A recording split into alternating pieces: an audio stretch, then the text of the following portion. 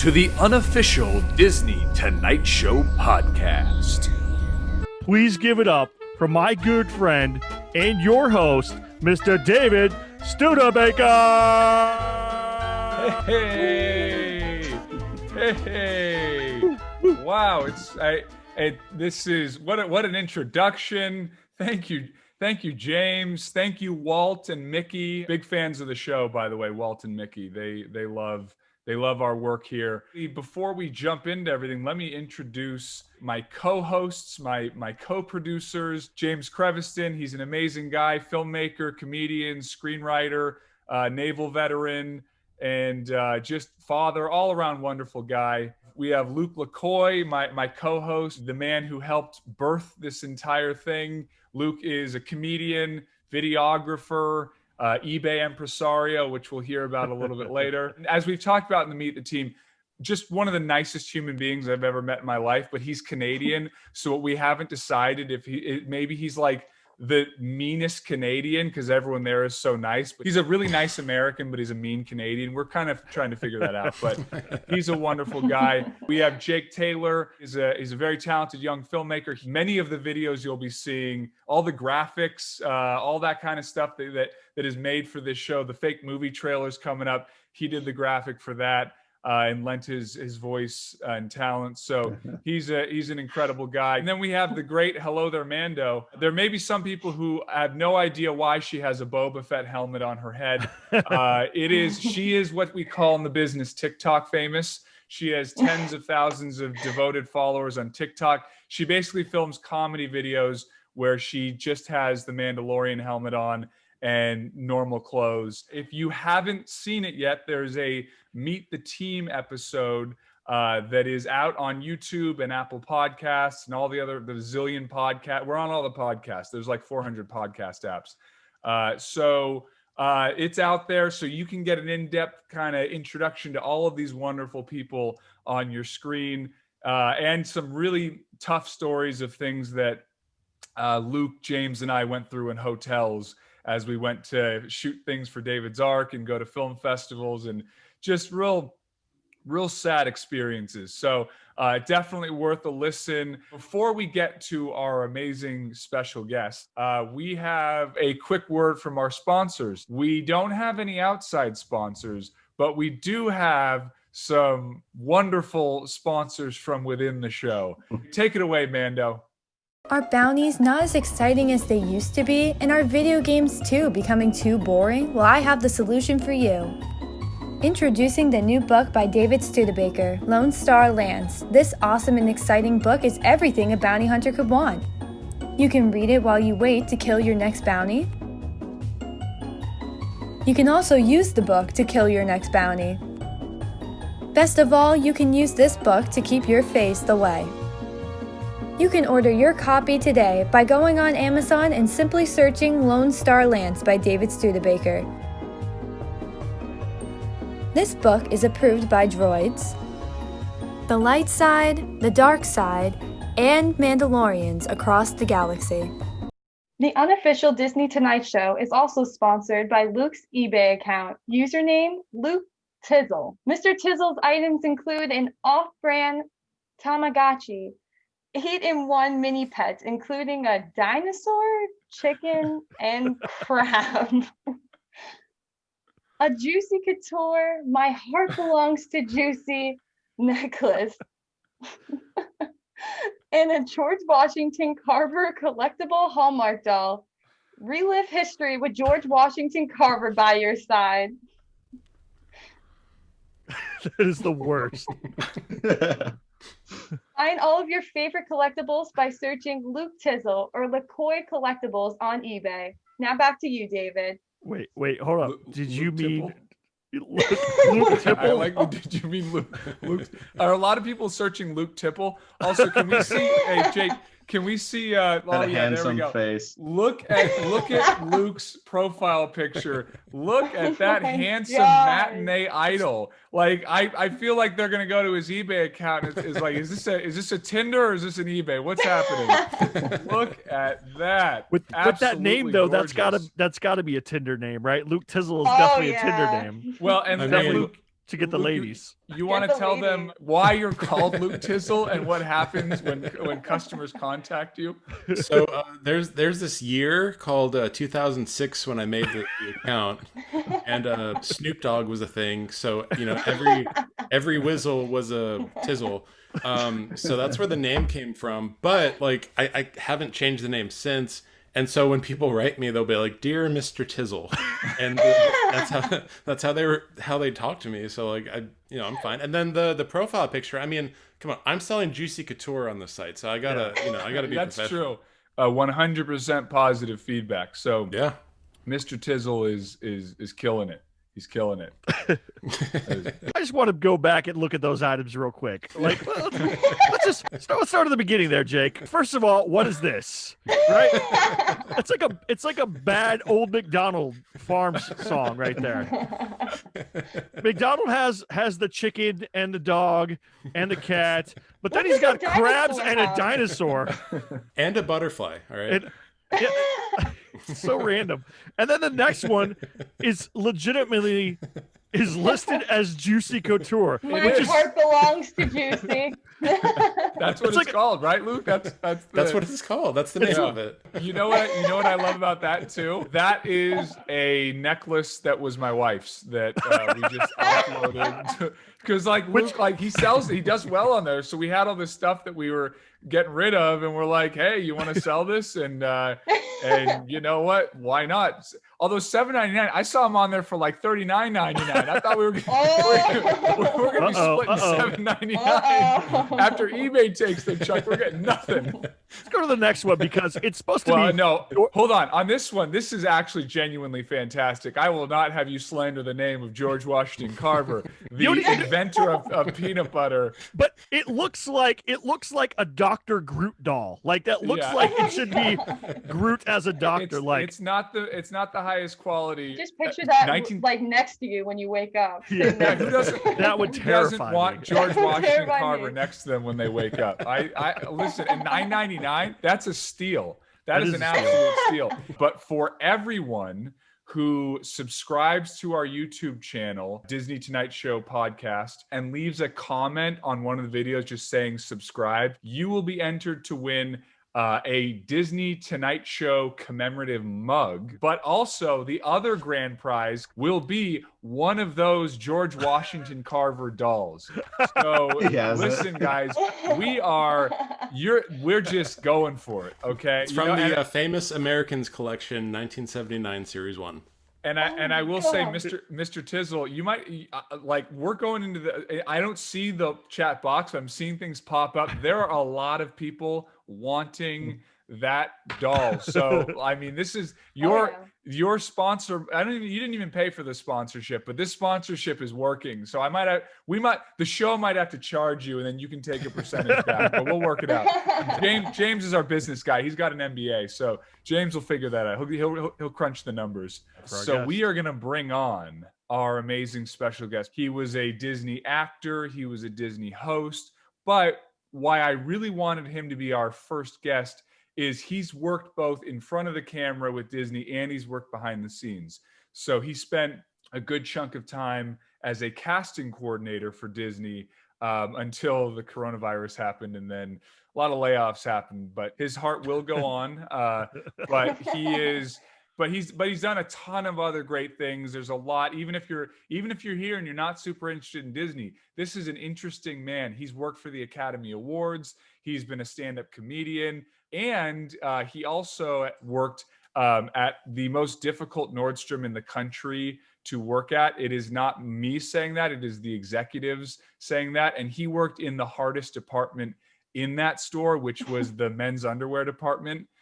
They sell other things, but it's a lot of underwear and then like watches, and everything gets returned and it comes out of his paycheck. So if you can imagine, this is how tough that one is. I worked in kids' shoes. I spent my whole day getting kicked in the face and farted on and spit on, and that was just by the parents. But that and that was easier than what he had to do down there. So he is a true warrior. He's amazing. Give a big unofficial Disney Tonight Show welcome to Justin Washington. Yeah, And we're Salesman of the Year. There he is. How's it going? Welcome in. And by the way, one occupation I didn't tell you, he's also an air traffic controller. So This is true. He's using his headphones here. I'm doing during COVID. Yeah, he's Pay the gotta bills. do what it takes. Nice blazer, by the way, Justin. Thank you. I stole it from the looking Nordstrom that we sharp. worked at. Yeah, right. They're not going to Yeah. take everything from me.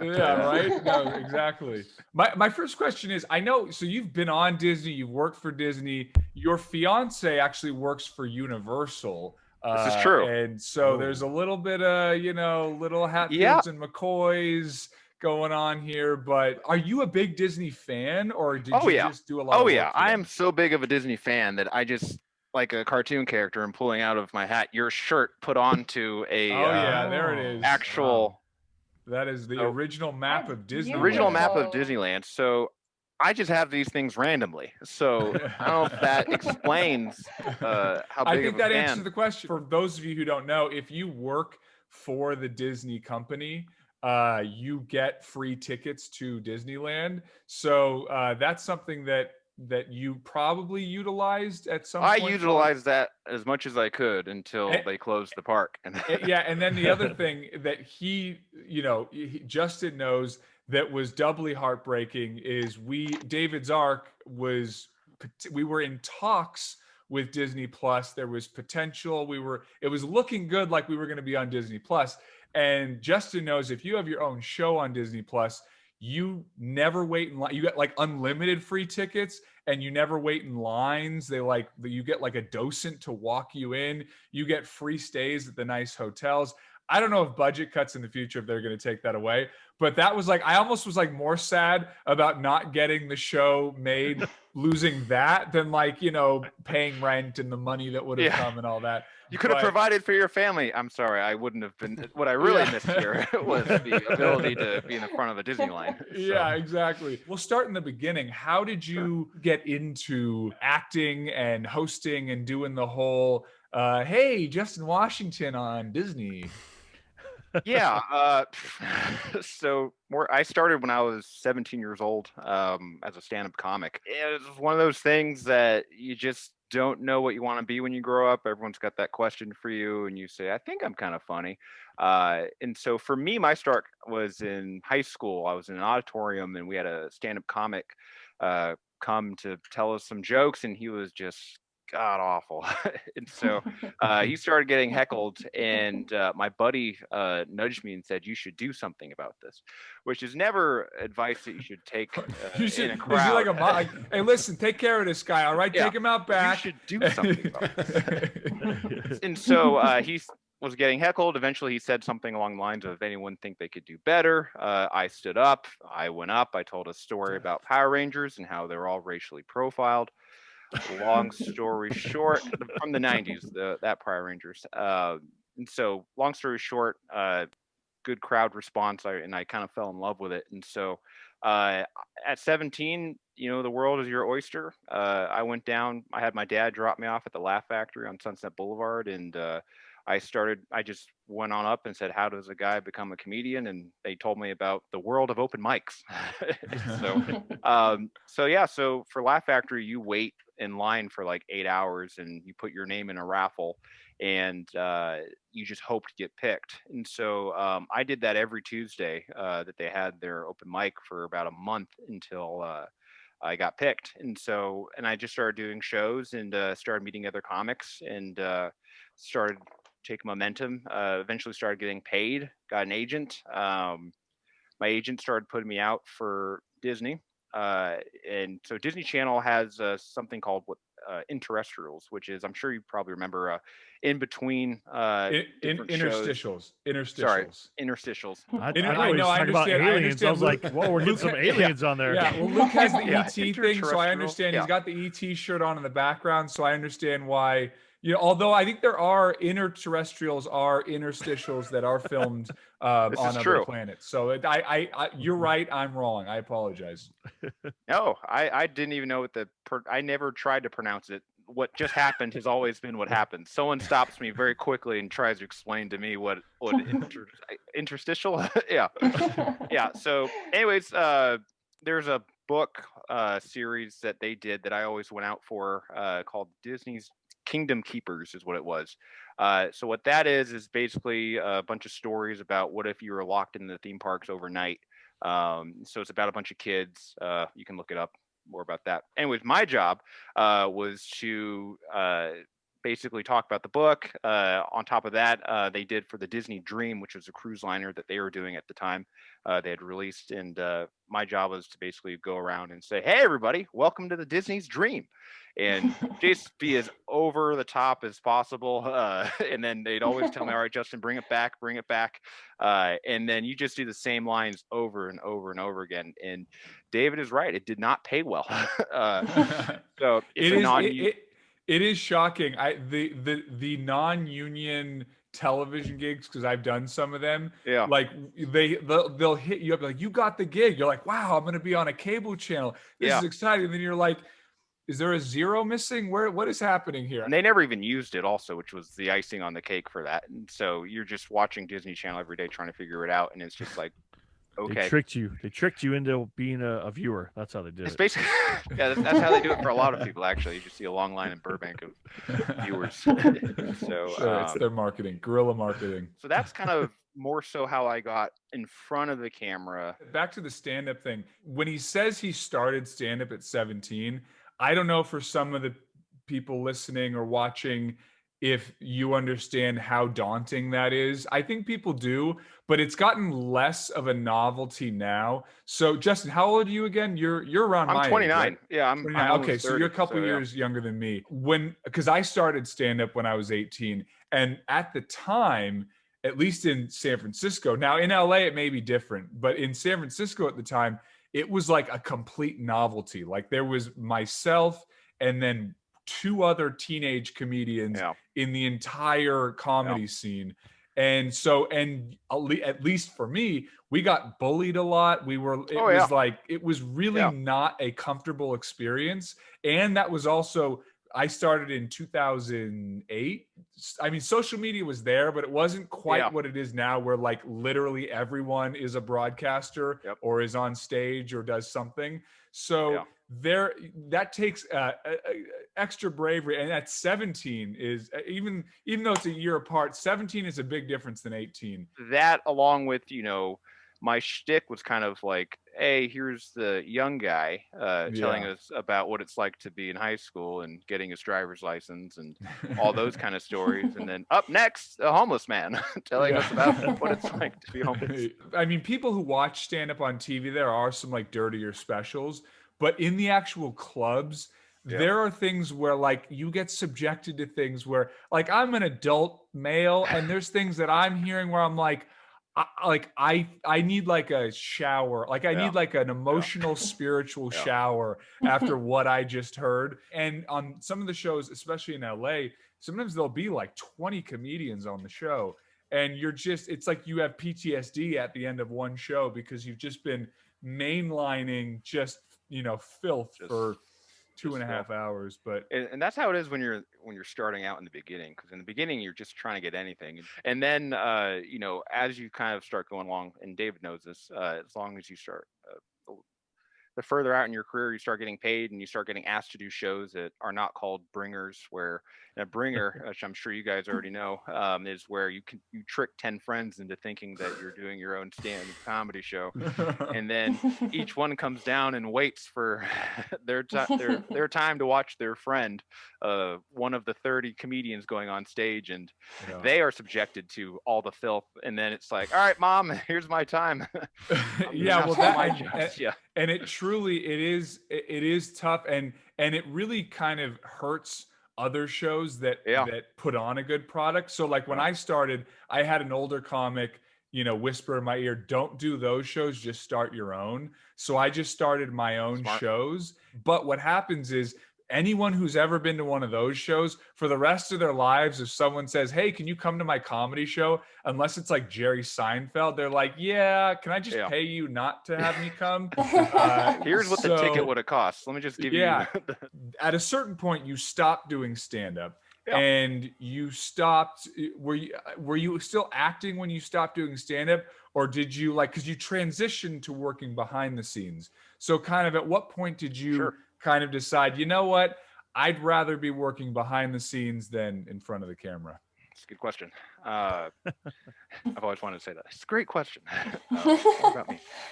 So for me, I did stand up for roughly seven years, along with acting. And so for me, I think I remember I live in the valley first off, and so a lot of the auditions take place over the hill. So for me, it's driving about 40 minutes for a 5-minute audition that is about Pizza Hut, and they're saying they don't even look at you; they just they're looking at the things. All right, thanks. And so um, you put a lot of work into it, and so when I say wannabe actor, I don't mean like a wannabe actor. I mean like someone that's actually trying to do this for a living.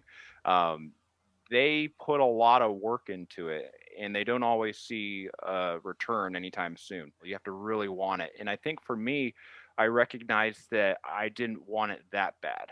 And so, and again, I have nothing against anyone that wants to do stand up as a career, as in like that pays the bills, or they want to be an actor and they want that to pay the bills. But as long as you recognize what the sacrifice is it's a lot. There's a lot of things in life that you can't really do.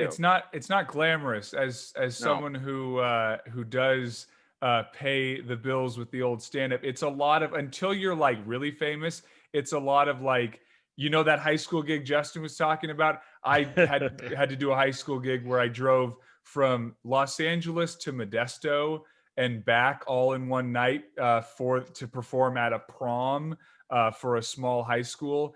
So things like that where it's very just soul crushing and a lot. Yeah. I'm like basically a truck driver who stops and tells jokes occasionally.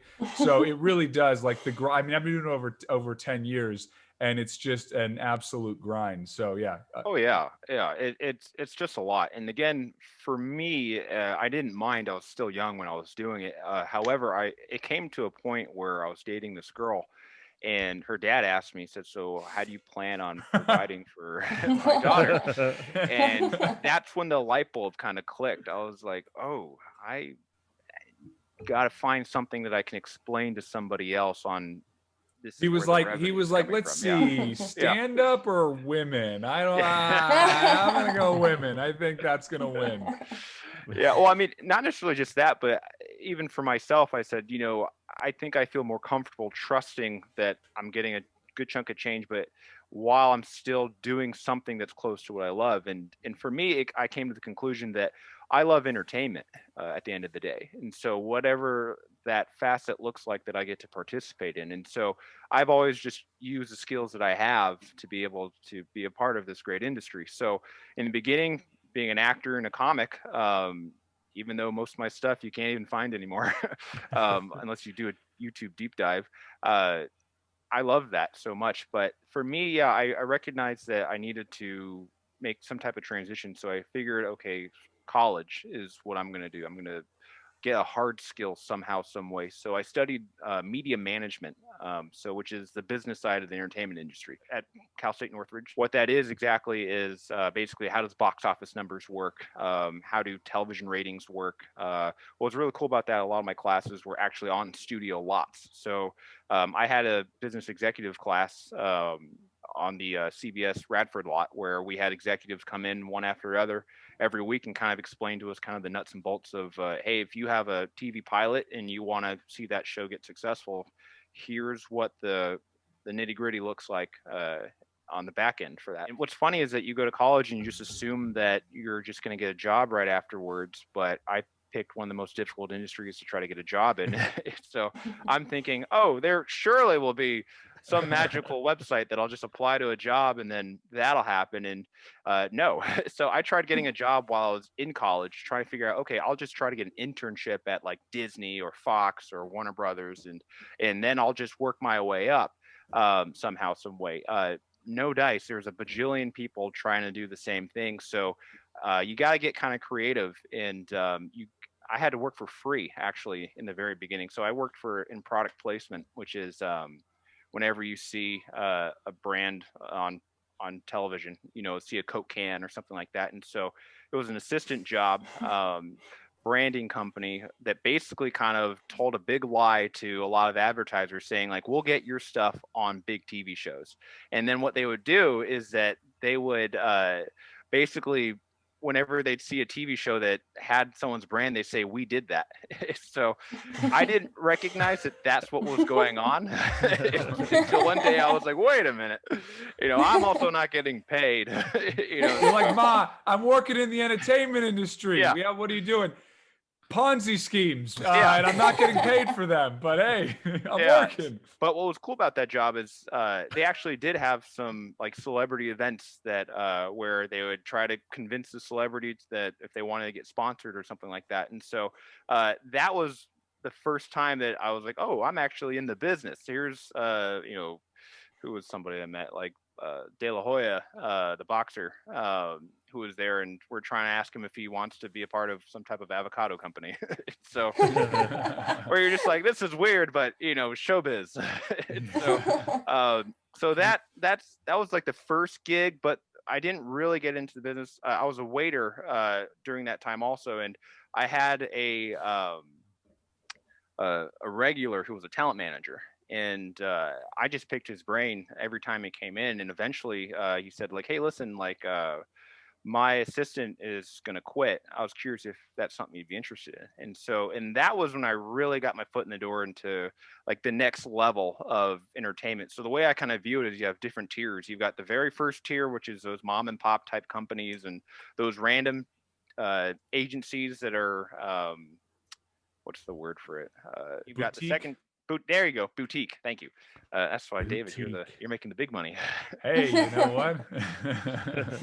But yeah, then you got the second tier, which is where you've got legitimate agencies that are doing actual work, and then you've got the third tier, which I like to see it as, which is the studios, along with the top 5 agencies like CAA, ICM, UTA, and all those guys. And so, so that's kind of where I got my start to kind of getting in behind the camera, and it's kind of been a grind ever since. James, did you have something earlier? I saw you want to jump in. I had, so I don't even remember anymore. Justin Live has so TV, many, baby. so, Live so TV. many amazing stories. You know what, guys? My co-hosts are the wind beneath my wings. I just, they're. Here's the thing, though. You have to remember, Justin's. Honestly, man, I have to give you props. You went from doing stand-up to selling, hucking fake stuff on TV, to getting swindled in college, to finally selling underwear. I mean, you've done the hardest stuff possible.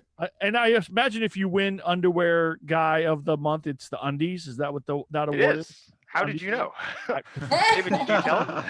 I didn't. Okay. I didn't. So. You have to. It's more of a crown, is what it is. Oh, undies, they put it on the head. So, and what's the deal with mixing underwear and watches? Those are two things that don't seem to go together. It's a long story.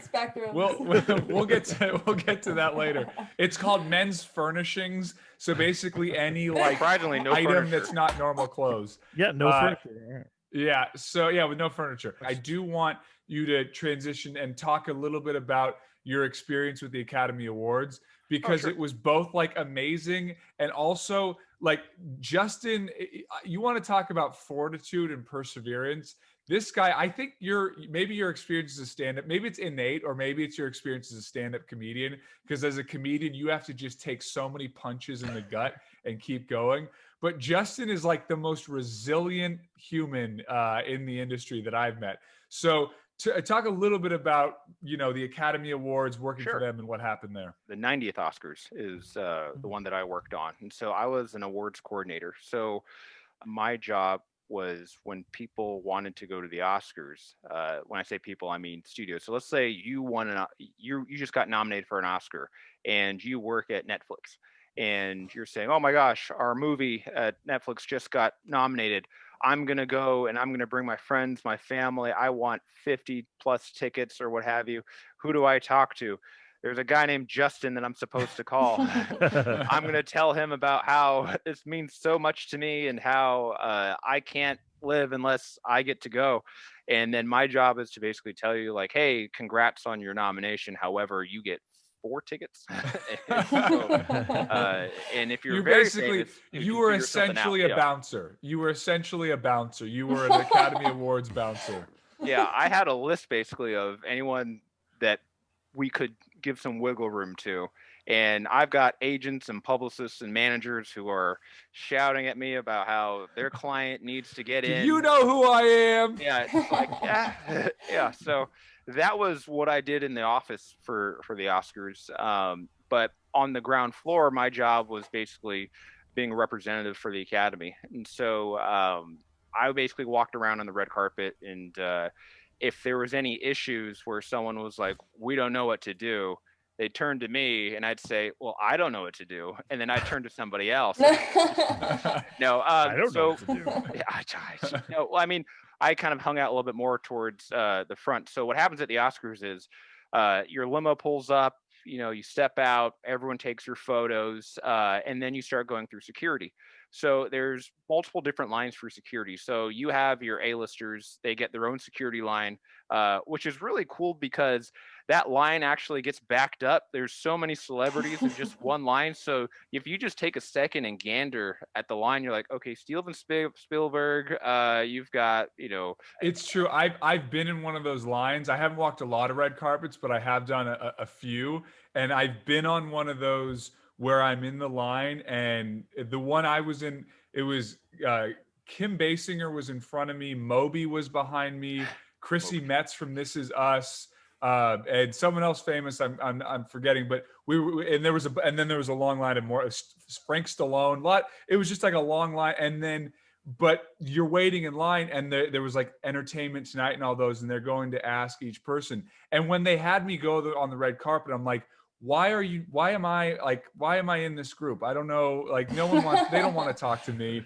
And so like the photographers did, because they make money. Like if anyone uses the picture they took of me at some point, they make money. But like I was waiting in that line. It was fun to talk to each one of them I was waiting with.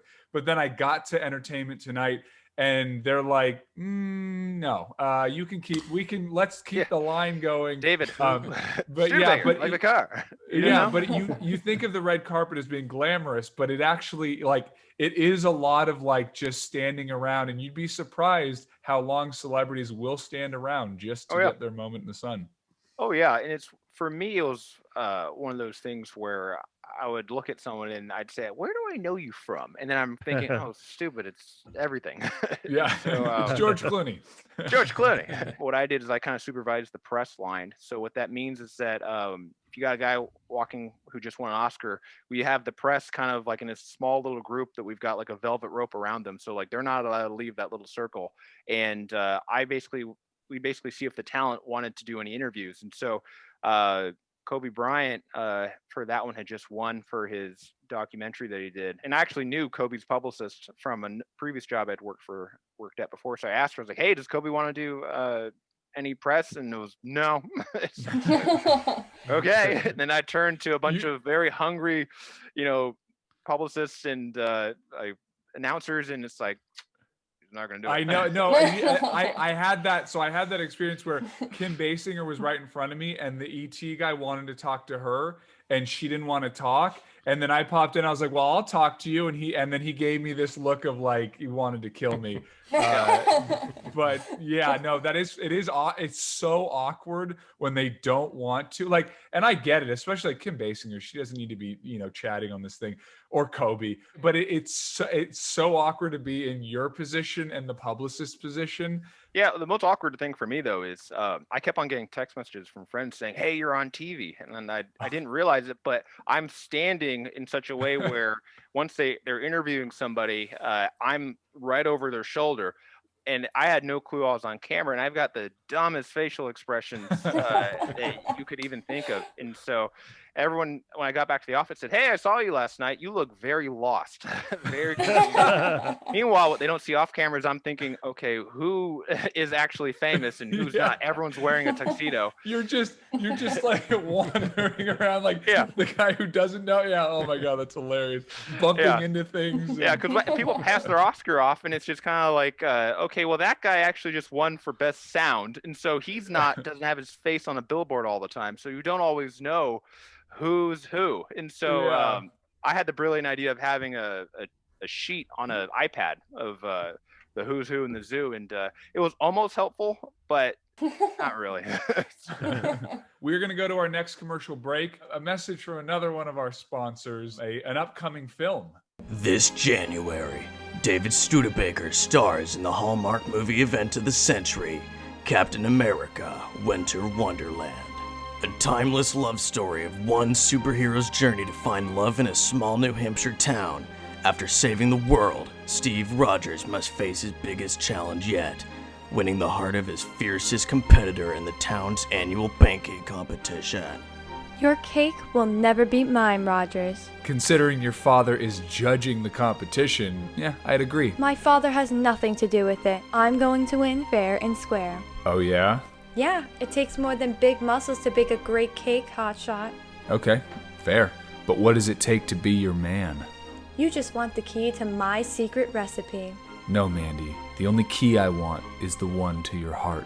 As their love heats up like an oven, a dark family secret threatens to tear them apart. What's wrong? I don't want to talk about it. Steve, drop that shield from your heart. What is going on?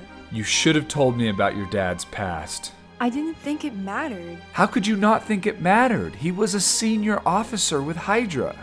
As the snow falls on the town of Littleton, will Steve be able to forgive past sins, or will their love burn in the flames of Hydra?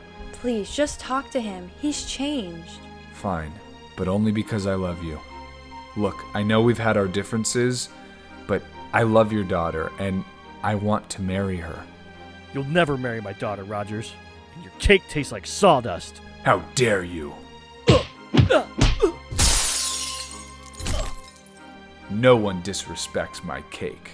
Tune in January 29th as our captain fights for romance in the greatest love story in the history of the Hallmark Cinematic Universe, Captain America: Winter Wonderland. Thank you. That's gonna win it. That's gonna win the Oscar. Oscar wins. Yeah. You know, yeah, I'll be seeing you at the Oscars, Justin. That one, it's got. And I will say, Mando voiced the role of Mandy, and I feel for her because her biggest celebrity crush is Chris Evans, who plays Captain America, and she had to play a part. You know, the on-screen lover has to be off-brand Captain America. Also, shout out to Jake for that narration there. His voice, I don't know if anyone's familiar with Dragon Ball Z, but he sounded exactly like the Dragon Ball Z narrator, and it was amazing. Dragon Ball. And I'm amazed he still has a voice. And I also love James, who is naval veteran, trained cage fighter. That's the only time in the history I'll ever be able to beat him up. So that was the only that does remind me, though, and Justin, you know this from working in the industry, it's always so funny when you know some of these actors who play like superheroes or whatever, and you see them like beating up a stunt person, and you're like, that stunt person could kill. And actually they did that in Once Upon a Time in Hollywood, where they showed like, you know, Brad Pitt fighting Bruce Lee. Like James, when he was younger, like he was like a legitimate fighter. And, you know, I'm me, but like, if I'm starring in that movie, like I'd just be like, you know, tossing him around. And that's gotta be so frustrating for those stunt people. Like, really, I gotta be beaten up by David Studebaker. That's ridiculous. So many times you were doing a great job, you had a great job, and then due to things outside your control, or sometimes because you did too good of a job, you got laid off. Entertainment's one of those funny industries where it's usually project based. And so what that looks like is you could be working on a TV show and it's like, we're doing great. It's like, you might think you did a great job, but your show just got canceled. And so you're like, okay. And so I kind of learned that the hard way, just from, my mindset on work is like most people, where, you know, you go to your job and you do a great job and you advance and things are doing well. But a lot of opportunities that I've had have usually turned into, okay, we're kind of dependent on things going well outside of our control. So a lot of companies also, what they do is they hire people on contracts as well because they know this. And so the Oscars kind of does the same thing. So they'll hire you, but they'll put you on like a tentative contract where they'll let you know, like, hey, so just so you know, we'll guarantee you 3 months. However, if our budget isn't doing well. So the Oscars is a nonprofit company, by the way. I mean, they get their money through donors and all that kind of stuff. So they're also still financially conscious. Hit the summertime, and we're just kind of both realizing like there's not enough work to do here. So that's one example, like for the Oscars. And I've worked in agencies where we'll have a client that will drop out, and then that client was actually a big part of our bread and butter, and then layoffs will start to happen. And so I've kind of had a failing upwards type of trajectory in a weird way. I've been trying to get my hands on the studio side for a long time, and Disney had always been, bringing it back full circle to why we've been here, Disney had always been my goal, but that was always like Hamburger Hill. There's no way you're getting up there unless you absolutely know somebody. I got a phone call just out of the blue asking if I'd interview for casting, basically. And so, and I said, sure. And, I met with someone and they said, hey, I know someone that used to work with, and they said that you're a great guy and just wanted to hear your story. And a lot of people just kind of, their jaw drops a little bit saying, and you're still doing this, just because there's all kinds of things that just kind of, the door just kind of, or the rug kind of just gets pulled from underneath you, and you just got to keep going. And so, and then with Disney, I mean, the ultimate heartbreak is you bounced around, you did all this, and there was that chunk of time in the middle where you were at Nordstrom, and we were both talking, and I was like, hang in there, you're amazing, you're gonna do it. And you get that job in casting at Disney. You were doing great. Honestly, you were like doing the job of other people too. You were helping out like alcoholics who weren't even working when they were there. And COVID hits, basically almost all of the contract employees were laid off. So I had a 2-year contract. I was a year and a half into my contract, and things were going great, and COVID happened, and like a lot of people, it's just kind of a what's really happening here. So I kind of was the guy that decided I'm gonna stay at the office and stay at the lot. So empty studio. I know. lot. I remember that picture you posted where you did a video where you were in the you were in the executive office or in the ABC building, and you're just like panning around, and it's like you're alone in the entire. Yeah, it's kind of like nothing I've ever experienced, where I decided I'm going to enjoy this as much as I can. So I parked in like Mike Iger's spot, Bob Iger. Yeah, Bob Iger. Sorry, Mike. Mike Iger's his brother. That's his cousin. That was the spot I parked in. He owns a dry cleaners in Burbank nearby.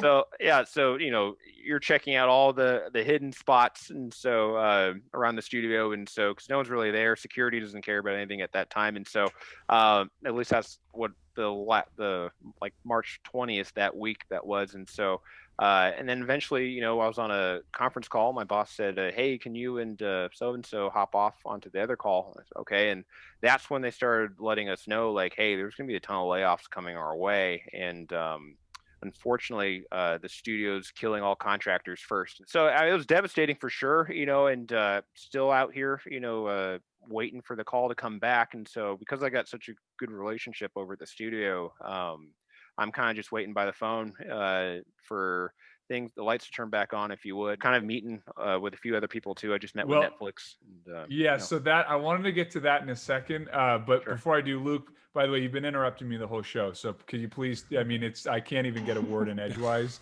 so just relax. I mean, if you, but I want to, before I ask my question on that, does anyone else want to jump in with something?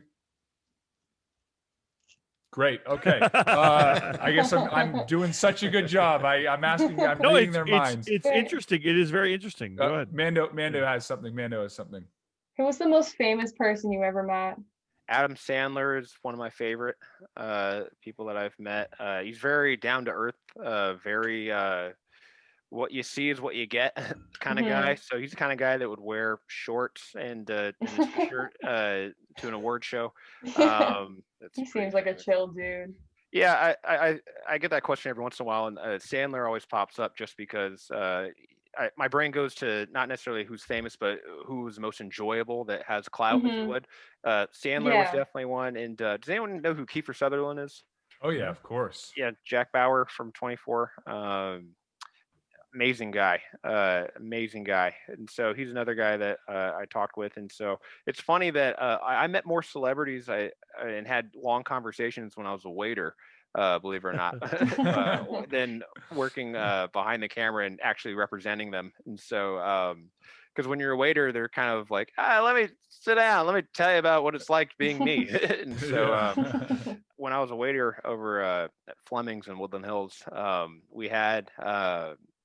we have a bunch of private rooms, and I had a party. I didn't know who it was, and I go back there, and it's Sandler, and he has all his kids, and I'm thinking, oh my gosh, that's Adam Sandler. Go up to him and I say, hey, like, when do you guys want to order? And he actually puts his arm around me and says, like, hey man, you're doing a great job. And I was like, we haven't done anything here. So just very kind. And so I go back into the room, and he's got little kids, like almost toddlers at the time, and I actually knock one over, and and I realize I am screwed. I just knocked over Sandler's kid, and the kid's starting to cry, and I'm like, this is it. No. Oh god. Oh my god. And he walks up to me, and I'm like, do I touch this kid to help them up, or do I just it's just one of the child, just knock him over and keep on walking? yeah. And he goes, listen man, I do it all the time. So and just other conversations that we had just throughout the night. But when I think of celebrities and more meaningful times, that's a story that kind of sticks in my mind. So just to kind of wrap up your journey, Justin has been basically interviewing and meeting with NBC Universal since like I've known him. Like I feel he's been like in callbacks like for a job there like forever. You had it, was it NBC or was it HBO where you had that NBC. timer and they didn't tell? It was NBC. For anyone that's interviewed at a major studio or anywhere really, they do it multiple ways where a recruiter will call you and they basically prove that you're not crazy, and then they pass you on over to the hiring manager. So what NBC did is they said, well, we don't want to have that 10-minute this guy's crazy or not conversation. We're just going to send him a link, and he's going to have to record himself answering questions within an allotted time. So they basically said, okay, you've got 30 seconds to tell us, and you see the timer in the corner, and you're filming yourself, and it's basically, okay, how do you do with confrontation? Go. And you're like, how do you do with good, bad, no, please hire me. and you didn't know going in that there'd be this timer. So it's like it's already nerve-wracking being in this situation. You're filming yourself, and then you have this like bah, bah, bah, 10, like a shot clock, like 5, 4. Tell us how you're doing with conflict. 2, what's your biggest flaw? 1. Yeah. Why are you good for upper management? Go. Yeah. It just seems horrifying. Yeah, so the interview that I tanked was with HBO because HBO did the same thing, and I was not ready at all for that. And so, okay, so it was HBO where you had that. Yeah. So NBC, I could see that coming a mile away. And I said to myself, okay, I'm not going to even play the game. I'm going to try to do something completely different. So I basically took the opportunity to say, hey, I'm on camera. I'm going to do the Justin show almost. So I basically had a swivel chair with my back facing the camera, and I started it, and it's basically like, how do you do with confrontation? 30 seconds. So I'm not even gonna answer that. And so I had the NBC theme song, the chimes basically play on, and I just turned around and said, oh, hello, I'm Justin. Good to have me.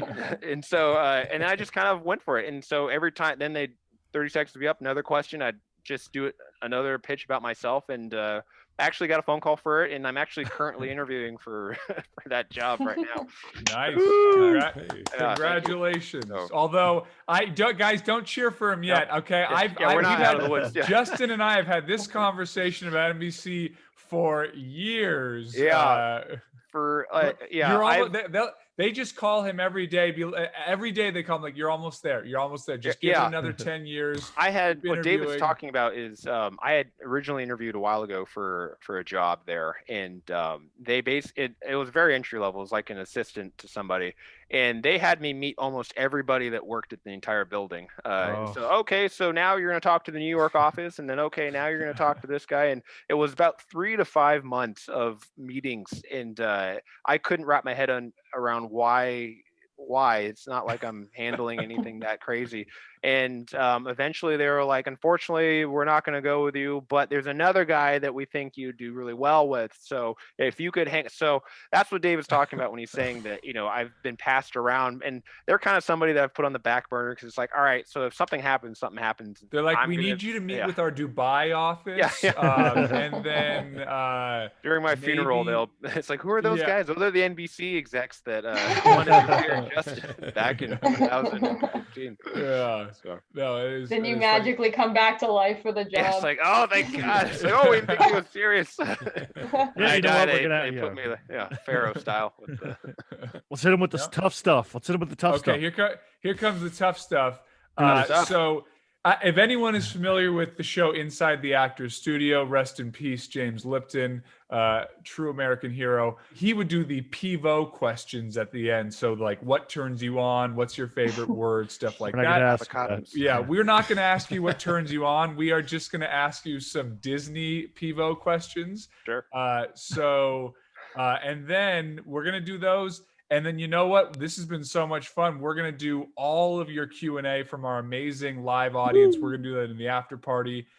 So let me just warn you, Justin. James is going to do his best to hold back, because the thing is with James Creviston, his opinions are facts. So whatever James thinks is the right answer to this is the right answer, and he'll give you some chin music if you get it wrong. But he's going to be nice. He won't. With me, he'll come at me pretty strong. With you, I think he'll be nice. But the after party, he may come at you. It's a little more no holds barred in the after party. So just be warned, okay? It's all out of love, though. All right. So, in your opinion, what is the funniest Disney animated film? Funniest, Monsters Inc. would have to be. That's Pixar. That's Pixar. Right off the bat, James is coming at you. Sorry, there we go. So, I gotta correct you before you go too far. I've got another one in my pocket. Let's do it. Tell me the other one. Emperor's New Groove. All right, I'm with you 100%. You were correct, sir. You were correct. Wow, you skinnied out. James is he was almost going to eat you alive for going Pixar. But okay, in your opinion, what is the most underrated Disney animated film? Not necessarily the best, but underrated. I find myself talking about this movie every year for some reason, at least once. Treasure Planet would have to be one of the most underrated Disney films that you have to stop and remember that actually was Disney. What's funny about Treasure Planet, and if you haven't seen it, you should watch it. It's before its time. Like the whole, it's like a steampunk. Like Disney did steampunk. It's like it is shocking, and steampunk like maybe 10 years later was like really in vogue for a little bit. But I feel like it was too creative and too ahead of its time. Like it was not at all like kind of the popular fare that Disney does. It was like kind of dark and weird steampunk pirates floating in space. Like it was, I feel like, maybe some of the executives had like maybe a retreat where they had, a little bit of some greenery, and they got a little, they were a little bit in the clouds, and they're like, dude, it would be hilarious if we just like have this crazy pirate ship that like floats, and it's like the future, but it's made out of like old stuff. And then it's like everyone's like an alien, but they're also humans. That movie, though, is extra special for me, and the reason how I'm able to remember it's Disney is I actually saw that when it came out at the Downtown Disney AMC. Wow. Yeah, that's something that our show we have almost 20 years spanning our production team in age, and there are things where we'll be talking. I think during our tech rehearsal, what was there was like an old like McDonald's commercial from the mid 90s that I was referencing, and Jake and Mandy were like, yeah, we weren't alive. It was like 10 years before we were alive when that was going. So It is funny when we're starting to have those experiences. What Disney character best represents your personality? I think I'm gonna go back to Cusco's from Emperor's New Groove as the llama. Interesting. You're a Cusco. I can see I'm- that actually. Yeah. I can see that. I feel like your journey in entertainment is like they continually turn you into a donkey. They What it is. What it is. I was gonna guess Timon from the Lion King. You give the Is Timon that a vibe. compliment or an insult? No, I take it love as a Timon. compliment. I love Timon. Are you kidding me? Timon's the man. You're I'll good. take that. That I should have said that. He's also Yeah, that is good. high Okay, praise. what is your That is- favorite Disney Parks ride or attraction? honestly, I think I'm gonna say the bench in front of the castle. My favorite, next to Is it- Walt and Mickey. Oh, it's not in the. That is the oh, most comfortable bench. that has to be That the most hilarious. Like, I've never heard someone say a bench. Like at all the Disney parks with the most incredible rides and attractions. Just the bench. I just want to sit, and that is amazing. That Yeah, ride is bench. called Riding the Pine. That is riding the Yeah. pine. Riding the Exactly Pine. what That's that the ride. is. Yeah. What is your least favorite Disney parks ride? I think soaring out over California is my. No, okay, I am. Oh Yes! no, I Someone is do with not like me. that ride. Yeah. what? No, hold on. Yes! Okay, Oh. okay. I'm gonna stand. I'm not gonna be a hypocrite because I'm not gonna do what I said James does. But you have floored me. I was so close to pulling a James, and that's also hilarious that James would agree with you on I that. hate that because ride. to me that is the most wonderful, enjoyable ride. That's arguably my There's favorite nothing ride. Disney about that ride. Yeah, It's but kind it's of my amazing. opinion. It's It's just Isn't that like delightful. is that like the Soarin' equivalent of California? It's gone Yeah, now. it's the same thing, but yeah. Soaring over Oh, is it California not is there? gone now. That was the original. Now it's Soaring Around the World. Okay. and I there's- feel so vindicated with everyone in my family because I hate that ride, and I feel like You that's know, like hold on. the Actually, the you know what? ultimate best ride. Okay, here we go. To end the live show, I am going to put it on the poll. We are going to put it on the poll. Do you like Soaring Around the World?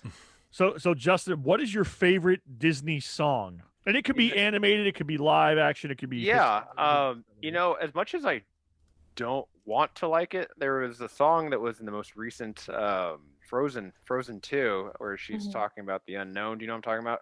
Yeah, Into the Unknown. Yeah, it's unfortunately Absolutely. very catchy. And I Mhm. find myself singing it every once in a while. And I haven't seen that movie since it came out, but I find myself with that in my head. So, Oh, I take it back. Actually, no.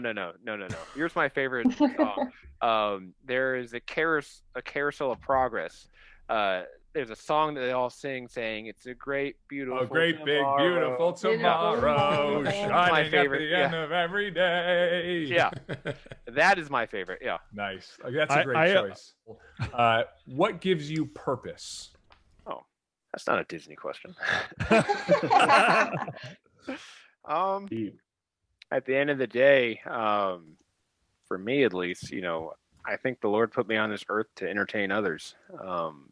I really do, and I think that for me, my purpose is to make sure that that's happening in some way, shape, or form. So whether that's in front of the camera, behind the scenes, or simply amongst friends, making someone else feel that warmth, that love, that ability of escapism from all of life's many issues. So I think that, yeah, my purpose is definitely, I'm here to entertain, you know, and to be a part of an industry that does that for so many.